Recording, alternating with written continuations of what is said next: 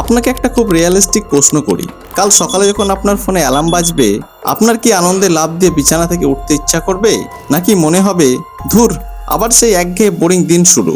পৃথিবীর 95% মানুষ তাদের কাজকে ঘেন্না করে। তারা শুধু মাস শেষে কয়েকটা টাকার জন্য একটা দম বন্ধ করা জীবন কাটাচ্ছে। আপনি কি জানেন আপনার জীবনের সবচেয়ে বড় ট্র্যাজেডি কি?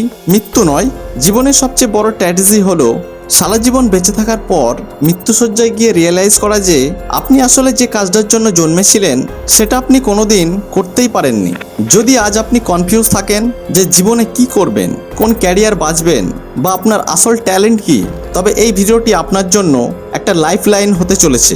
জাপানের একটি ছোট্ট দ্বীপ আছে যার নাম ওকিনাওয়া।